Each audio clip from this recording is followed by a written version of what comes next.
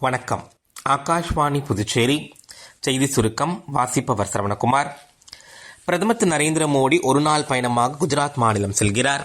முன்னதாக பழங்குடியின தலைவரும் சுதந்திர போராட்ட வீரருமான பிர்சா முண்டாவின் 150வது பிறந்தநாள் விழாவில் பங்கேற்கும் அவர் 9,700 கோடி ரூபாய்க்கு மேல் மதிப்புள்ள கிராமப்புற மற்றும் தொலைதூர பகுதிகளில் உள்கட்டமைப்பை மேம்படுத்துவதற்கான திட்டங்களை தொடக்கி வைக்க உள்ளார். பீகார் சட்டமன்ற தேர்தலில் தேசிய ஜனநாயக கூட்டணிக்கு கிடைத்துள்ள வெற்றி ஜனநாயகத்தின் வெற்றி என்று பிரதமர் திரு நரேந்திர மோடி கூறியுள்ளார்.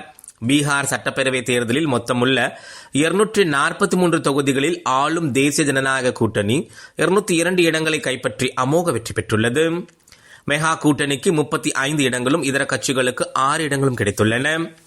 இந்த மாதம் 4ஆம் தேதி தொடங்கிய வாக்காளர் பட்டியலின் சிறப்பு தீவிர திருத்தத்தின் ஒரு பகுதியாக 46 கோடிக்கும் மேற்பட்ட கணக்கெடுப்பு படிவங்கள் வாக்காளர்களுக்கிடையே விநியோகிக்கப்பட்டுள்ளதாக இந்திய தேர்தல் ஆணையம் தெரிவித்துள்ளது. சிறப்பு தீவிர திருத்த பணி அடுத்த மாதம் 4ஆம் தேதி வரை நடைபெற இருப்பது குறிப்பிடத்தக்கது. புதுச்சேரி மாநில புகையிலை கட்டுப்பாடு மையம் மற்றும் கதிர்காமம் இந்திரா காந்தி மருத்துவக் கல்லூரி சார்பில் நடைபெற்ற புகையிலை கட்டுப்பாடு குறித்த மாநில அளவிலான பயிலரங்கத்தினை மாவட்ட ஆட்சியர் திரு குலோத்துங்கன் தொடக்கி வைத்து சிறப்புரையாற்றினார். புதுச்சேரி அரசு பொதுப்பணித்துறையில் பணி நிரந்தரம் செய்யப்பட்ட இளநிலை பொறியாளர்களை கொண்டு உதவி பொறியாளர் பணியிடங்கள் நிரப்ப நடவடிக்கை எடுக்கப்பட்டு வருவதாக பொதுப்பணித்துறை அமைச்சர் லட்சுமி நாராயணன் விடுத்துள்ள செய்திக்குறிப்பில் தெரிவிக்கப்பட்டுள்ளது.